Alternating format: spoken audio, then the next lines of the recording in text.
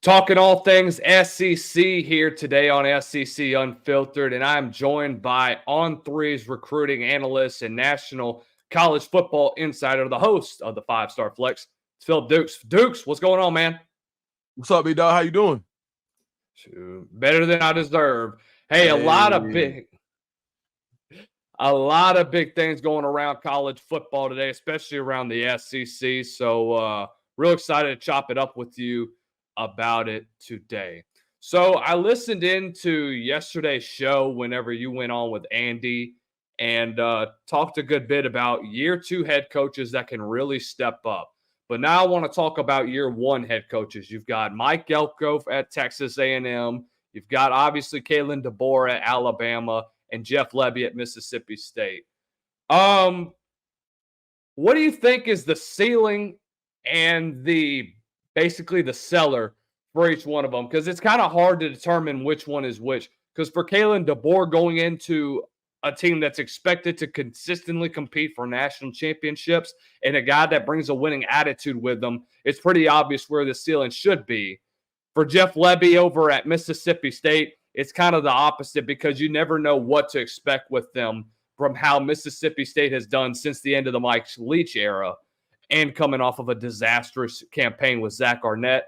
And for Texas A&M, it's kind of like more in the middle because of where they were with Jimbo Fisher, the missed expectations. Just where do you see these guys coming into their first year in the SEC?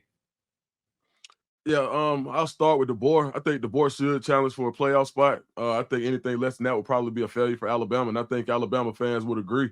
I think he's picking up like when you look at what they lost last year, yeah, you lose one of the best defensive players in college football and Caleb Downs, and you lose some to the draft. But the way that Alabama's roster was set up, they're built for attrition, and they've got 5-star after 5-star that are still there, and they did some good things in the portal as well. So I think Alabama, anything less than 10 wins for Alabama, I think is probably the seller for them. We talk about somebody like Jeff Lebby at Mississippi State. Everybody's crazy about the offense. I think he's going to give some people some problems. I think 6-7 wins would probably be the ceiling for them.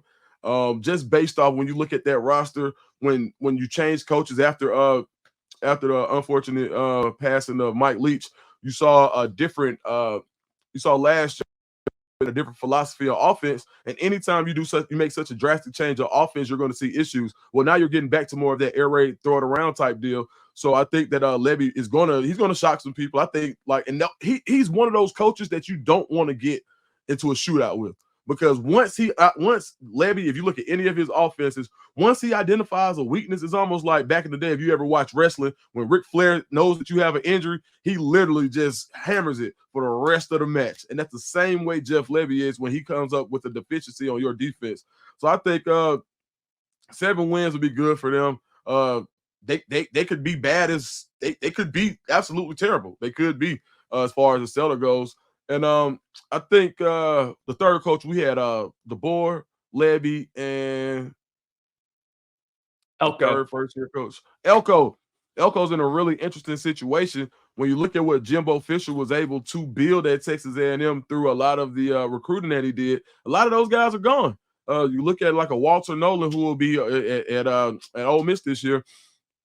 You lose a lot of that offensive line. You lose Levius Overton. You lose a lot of guys who made you strong. But I think Elko, when you saw what he did at Duke, it was about guys banding together to play. It wasn't about having this really, really great guy who's just going to carry the team and just having more guys than you. It's about guys playing together and playing and basically on the same sheet of music at all times. And that's how he was able to be so successful. So I can see they're still in around 10 wins because one thing about Mike Elko, man, if he gets his guys playing when they build momentum, they're really, really tough to beat, especially defensively. They play so cohesively defensively, Mike Elko's teams do. So I think their ceiling is 10, and I think the ceiling for them was probably 5 wins. When I look at Texas A&M and when I look at their coaching staff, the biggest thing that pops out to me is defensive line coach Sean Spencer. He's been with Mike Elko pretty much since he was at Hofstra in 2006.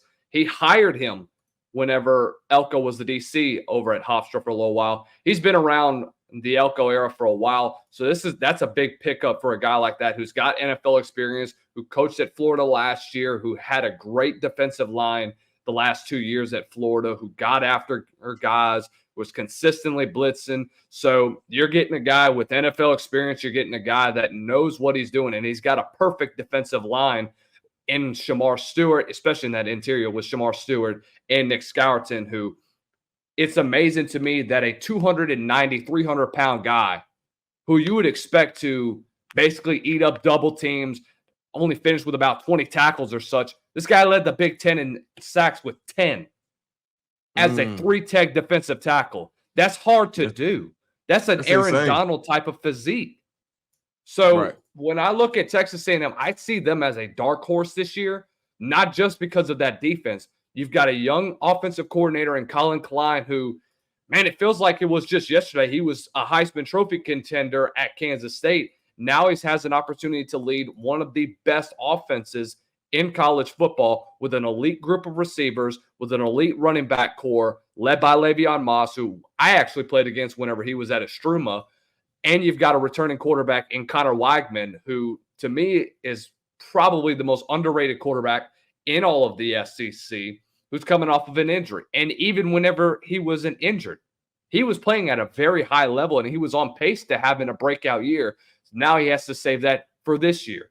So overall, when you look at all of that, do you see Texas A&M potentially shocking the SEC? I think they can. I was able to. I think what's going to be important for them is closing out games. I got to see them live against Miami last year, a game that I feel like when Texas A&M is really good, they play really well in the fourth quarter. I know that sounds cliche and it's an easy thing to say, but when they're really good, they're better as a fourth quarter team. And when you look at Mike Elko's team, the discipline that they have, I think that'll be the difference this year. Is when you see how they play when it gets late, when it's quote unquote. Hey, let me ask you, is this a censored show? No, just don't drop an F-bomb, I guess. Okay, so well, I'll come. I'll say another word, but when it gets down to crunch time, that's where you're going to see the merit of what Mike Elko actually brings to this team and the discipline. I think in the past, what we saw was Texas A&M seemed like a bunch of mercenaries playing together. It didn't seem like they were together. It just seemed like you got 5-star here, 5-star there, 5-star here, and it never really worked out. A lot of those guys ended up but the guys who stayed, when you talk about a guy like Shamar Stewart, the guys who stayed are able to set the culture and say, hey, we really wanted to be here. Imagine what he would have commanded in the transfer portal. We're talking about $1 million defensive lineman in the portal. So the fact that he stayed at Texas A&M, and I talked to guys who were in the transfer portal, and they were talking about visiting Texas A&M and the excitement around the program and what they're building there. I think they can be a dark horse. Like I said, I think their ceiling is 10. Texas A&M if Texas A&M goes 10-2 with that schedule, you got to think they're a playoff team. Yeah. Staying along the SEC, you mentioned about 5 stars, and we'll go to Auburn now. They had a hell of a Big Cat weekend over the weekend. You've got 2 guys that flipped from Alabama to Auburn now.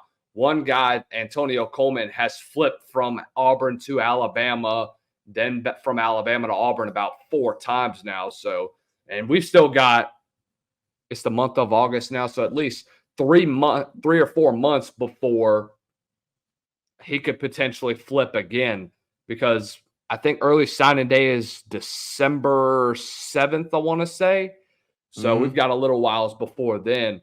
But, man, Auburn has been just dominating the recruiting landscape. And you guys briefly mentioned that yesterday.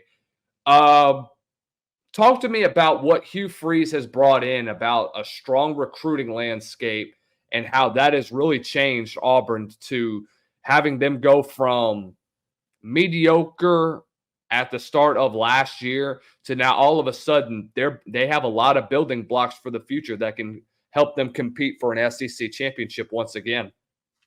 I think Hugh Freeze had a dominating mindset when he came in. He didn't come in with the mentality of being a little brother in Alabama or being a little brother in the Georgia rivalry. He went head to head with the heavyweights when it came to recruiting. There were guys when there were certain guys in the previous regime that you just thought that you wouldn't get it, and that you wouldn't even have a chance at. The term that a lot of recruiting coaches on staffs use is practicing. That's a guy we're not even going to contact because I don't feel like practicing because there's no way we're going to get that guy. Well, Hugh Freeze doesn't recruit with a practicing mentality. He thinks that he can get any player that he calls, and I think that mentality is important. And that kind of exudes within the staff. And then you look at the staff that he's put together. When you bring in a guy like Charles Kelly, who's been National Recruiter of the Year, and the guys that he's brought in, he's able to go tell a safety, hey, look, this is what I did with Jalen Ramsey. This is how I see you. This is what I did with Derwin James. This is how I see you. This is what I did with Brian Branch, and et cetera, et cetera, et cetera. When you start to have guys with that type of pedigree on your staff and they're the position coach, it kind of sets it up to be kind of like a dynamite situation when it comes to recruiting. You have a very, very competitive NIL collective in Auburn right now. So I think that there's nothing that you can't get at Auburn right now except for championship football, and what they're selling is the ability to be the part of the solution to that problem, which is if more of you guys come, more players like you come here, Auburn will return to championship prominence, and I think that's what Hugh Freeze has brought to the Plains.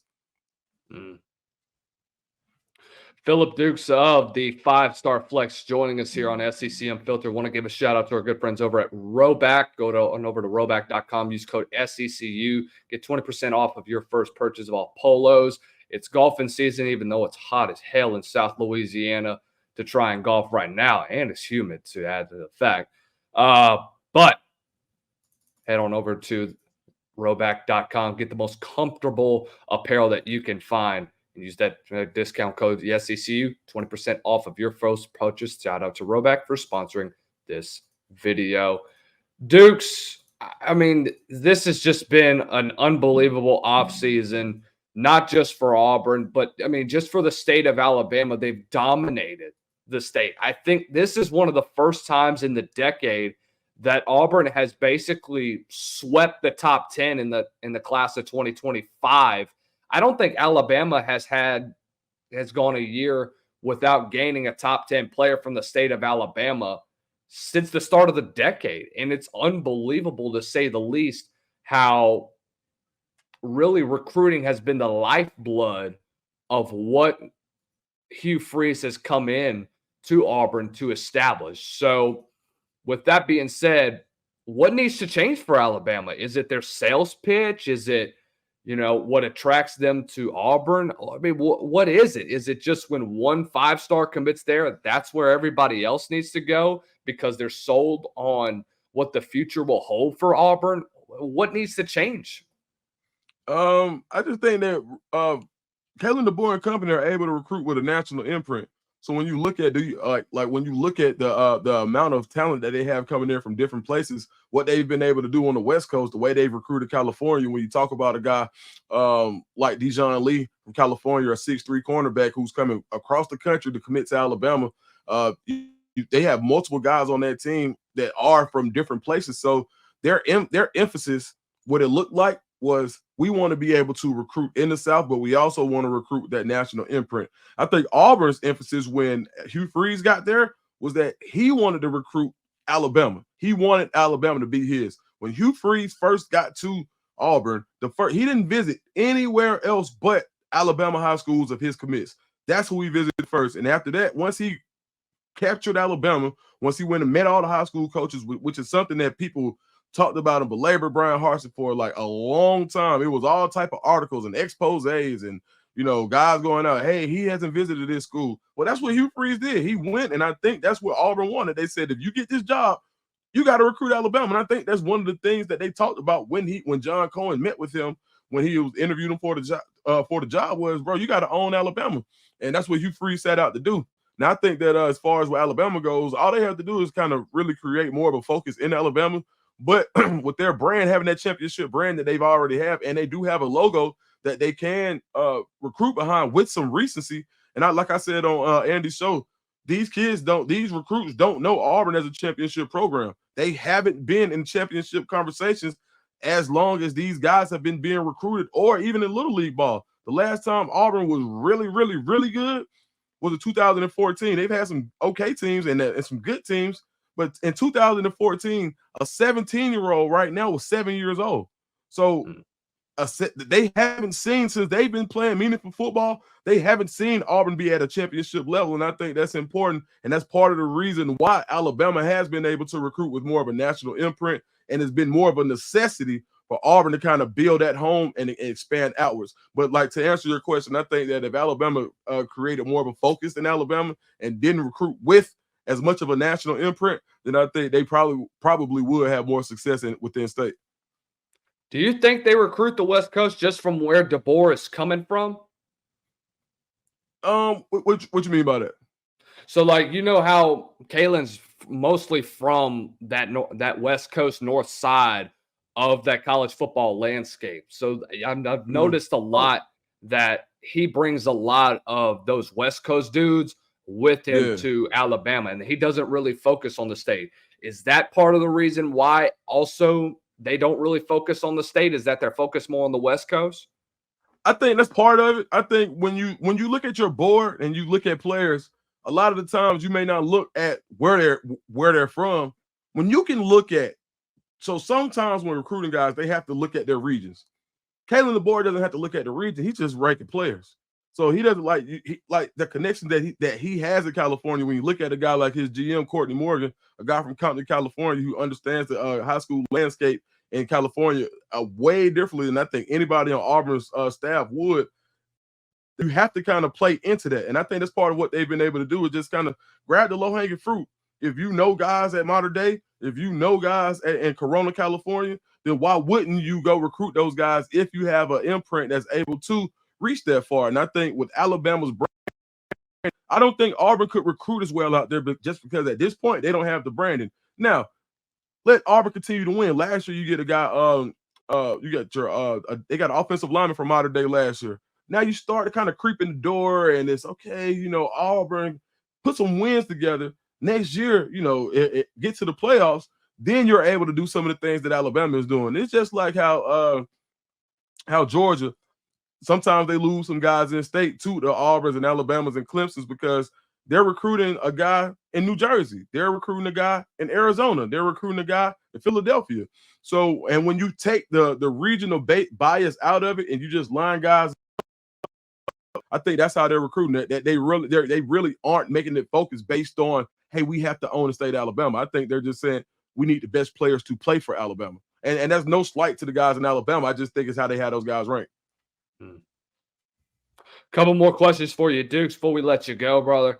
You got an opportunity to talk to Coach Travis Williams and his coach little rap. That was so much fun to watch. How was that conversation for you, just getting to interact with a guy like that? Man, so T. Will's probably one of my best friends in the world. It was really fun for us to be able to do that at this level, based on where we came from. I was actually the resident manager at the athletic dorm in Auburn when he was playing. So the 2004 team, I ran the athletic dorm basically. So that's how I got a lot of relationships with those guys on that team. And for me to have my growth and for him to have the growth that he's had, for us to be able to do something where it's not just like a homeboy hookup where, hey, this actually makes sense. I'm interviewing coaches. You're a hot coach. So if you think the previous two interviews I had with Deion Sanders and Kirby Smart when it came to coaches, so to be able to call on a friend and say, hey, bro, can you do my show?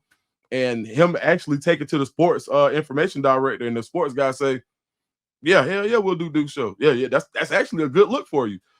It was just a great moment for us to be able to interact. But as far as taking it outside of that, just for him to get the recognition that he's getting and get that light shown for his personality in Arkansas, I think is huge. Right now, Arkansas has one of those teams where they got a lot of talent on defense, where you'll see them in some games like you saw them against Alabama last year, where the defense played really well. A ball breaks their way and they upset Alabama. I think a lot of people forgot about how tough a game that was for them. And I think what they have to do this year is to cut out the things like the blowout loss to Auburn. Like that made no sense with the trajectory of your season if you say, hey, you almost beat Bama, then you come back and get blown out by Auburn at home. That was just weird. So I think consistency on defense is going to be key for him this year. We also talked about that. And I think one of the most important things that we talked about was standards, not starters. And that was part of his rap, where he was saying, look, we have to raise the standard in Arkansas for us to be relevant in the SEC. Right now, if you rank the SEC, I don't think anybody's probably lower than them, but maybe Mississippi State. But they're in the bottom three right now. So for him to be able to create that type of groundswell around Arkansas, he did a great job recruiting a four-star who was a top 30 player not too long ago, Tavion Wallace, whose brother Trevin played at Kentucky. To get him to beat some big guys, he had Georgia, he had Florida. He's a real guy. 230-pound kid running a 10-600. That's definitely a guy. So for that success, I think it was just fun for us to be able to kind of get back and joke a little bit, like and let some people in our relationship in a way. Last question for you, Dukes. You've been awesome today.